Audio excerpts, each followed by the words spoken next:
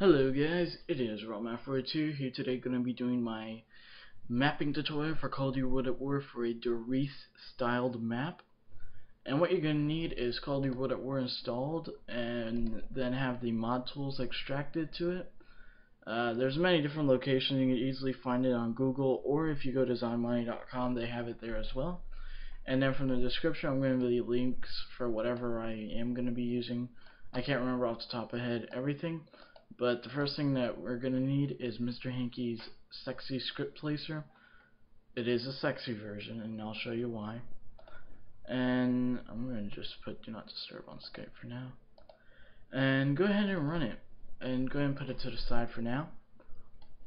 I know you want to go ahead and open up Launcher, which you can find in Bin, and then Launcher, right here. And then you want to click on the Converter button right here. It's going to convert all the materials that you're going to need. And then after that, create map, single player, and type in whatever you want to call it. I called it base map because what we're going to be doing is using it as our actual base of our map, since it's already going to have all of the stuff we need for like the skybox and the light settings and all that good stuff. And then we want to go. You can go ahead and close out of it if you want, or you can just minimize it since we're going to need it a while later. And now we want to come over here to Call of Duty World at War folder, and then map source, and find your map, base map, copy, and then paste it, and then rename it to whatever you want your map to be. So in this case, I'm going to be calling it YouTube_tut. And now we're going to come over to the script placer. I'm going to type in the name of the map that we just made. So I'm going to put YouTube tut, Riese already mapped, and generate. And it's going to say that for me because I already have the stuff. So I'm actually not even going to generate. And once you do generate, make sure you already have already mapped set so that it doesn't erase your map. And then hit OK after it generates the scripts and close out of it. So now you want to go ahead and go to your bin folder and open up Radiant. And it's going to ask you to find a PRJ file as the first window. So you just direct it to the bin folder, and it's going to be right here, codworldatwar.prj. So once you have it open, I have mine set to the gray because I personally like mapping in here instead of the black background or the white background, and it's just right here, misc, colors, themes. So now we're going to go ahead and open up our map. And if you do note through my textures, it's going to be different than yours if you're just starting out, because I have Call of Duty 4 textures loaded and all that awesome other stuff. So here's the base map that Treyarch has created for us, and we're going to be deleting just about everything. So go ahead on your keyboard and hit I and then backspace. It may take a moment and it'll delete everything for you. And now you want to go ahead and find the center of your grid, which will be in these coordinates if you're just holding right click and moving around this 2D grid. I should actually go over controls. So like that one, it's just right click drag, and then to be able to zoom in like I am right here, you use the scroll on your mouse. If you're on a laptop, should be the same thing. And then right here, how I'm moving the camera angle is doing middle mouse click, and then holding left click and dragging will make the brushes, which we will do in a little bit. So once you find your middle of your grid, should be easy to find because it's going to have this Z right here. Go ahead and go to textures, locale, tools. You want to click on caulk, and then just go ahead and make a simple square. And now, since we already found it, we're going to go over to it. And now you want to go ahead and on your keyboard do Control Tab so you can change views. And we're going to just go ahead and make it to where it's below the, or it's going to be our ground. So now we just want to move our camera up. And to move your camera, D and then C, move it up and down. A looks up, Z looks down, and up, down, left, right lets you control which direction it goes.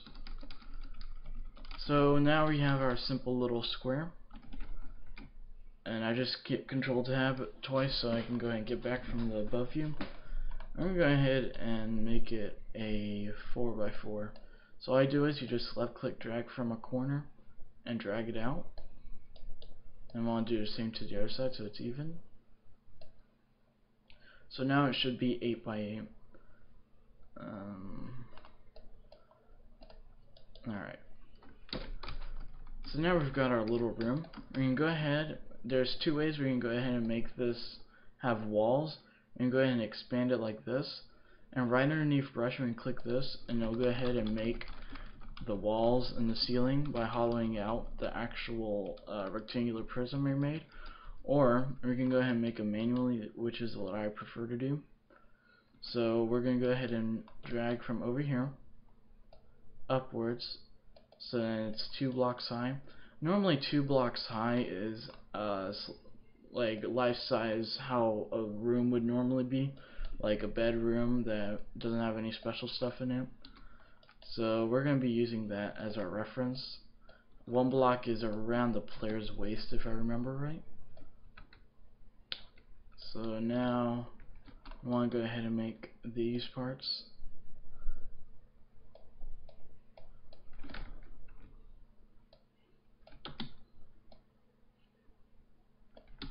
So now if we go inside here, we should have our room.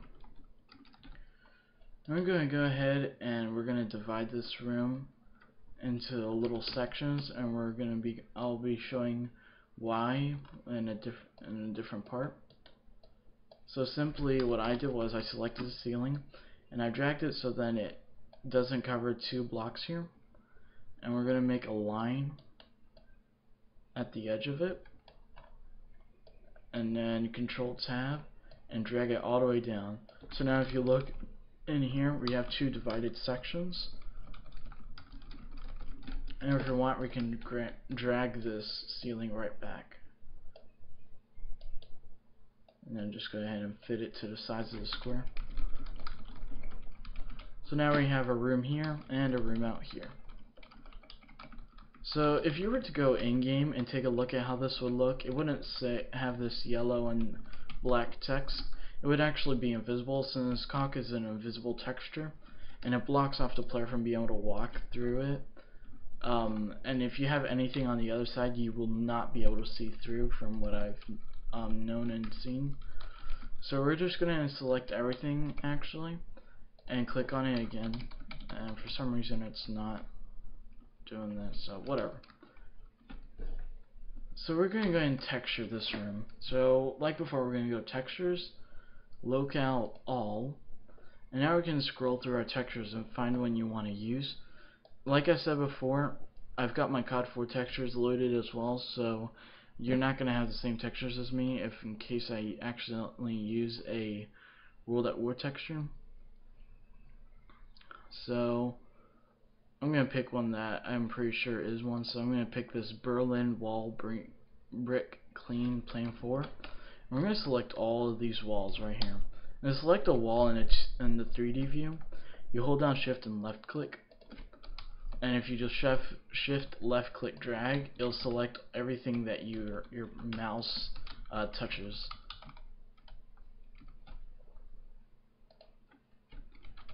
Alright, and all you have to do is just click the texture and it applies it. And now we're going to go textures, usage, and we're going to find a floor texture.